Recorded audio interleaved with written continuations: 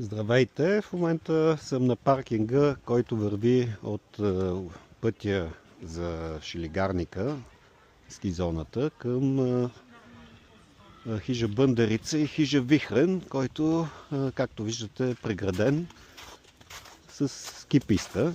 И от тук нататък пътят фактически не съществува и през зимния сезон не може да се ползва. Става дума за общински път. Ето нататък пътят продължава. Заснежен може да се мине само с шейна или пеша.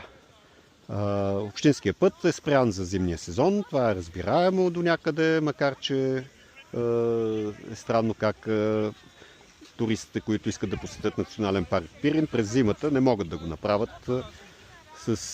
Трябва да ходят пеша.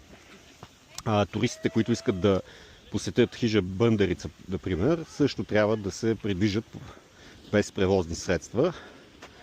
Но по-интересното е, че на този общински път има и обособен паркинг, даже два.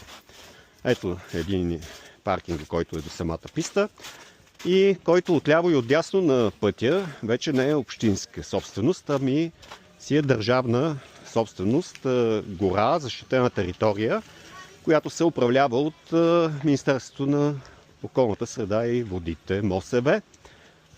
И както виждате, има паркирани много коли, кемпери. Събота е почивен ден, разбира се, има доста повече хора, отколкото през седмицата, но това, което е важно, че всеки от тези посетители заплаща 8. Здравейте, господа! Може ли за секунда? Да, здравейте. Бихте ли ми казали този паркинг на кого плащаме всъщност тук? Да, а на кого плащаме? На кого? На държавата ли плащаме? На общината ли плащаме?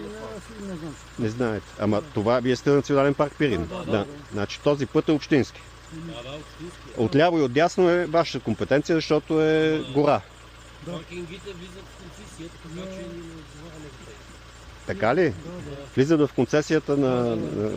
А защо е преграден пътят? Ето това е долния паркинг, който също виждате отстрани на общинския път и една доста сериозна територия отляво и отдясно, която е държавна изключителна публична собственост и би трябвало да е гора, нали, по документи и по граници в кадастъра, но е трансформирана в паркинг и за този паркинг хората си плащат. Изглежда плащат на Юлен. Сега ще установим точно на кого плащат.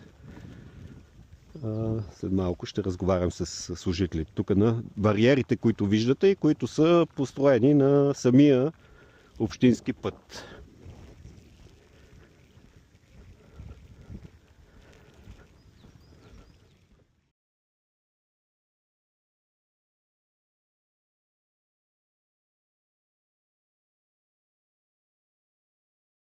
Всъщност още декември месец са подадени множество сигнали до община Банско и кметът на Банско е разпоредил да се осигури свободен достъп до територията на Национален парк Пирин през общинския път.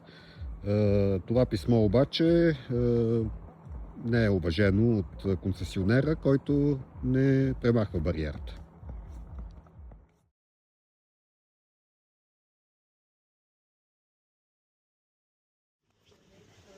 Добър ден! Тук на кого плащаме всъщност? На кого плащаме за този паркинг? На Юлен. На Юлен. Да. Този път е общински. Това от началото на сезона викаха какви ли на институции Да. и нищо не направиха институции. Ама аз имам едно писмо от кмета, което е... Да, и това не важи. И това го махнаха вече. Кой го е махнал? Пак с тук идваха институции, снимаха такова и пак се казва. Тоест Юлен не уважава институциите, така ли? Да. Защо така? Така си се разбират, ние не знаеме. Добре, ама това писмо си важи на кмета. Тук при нас не важи, не знам. Това е лошо. Имаме самоуправство. И всъщност този път нагоре е държавен. Да, те са държавни пътища. Този е общински. Мисля, че имаше и към АПИ и някакви запитвания, но те пак също нищо не направи. Нищо не направих.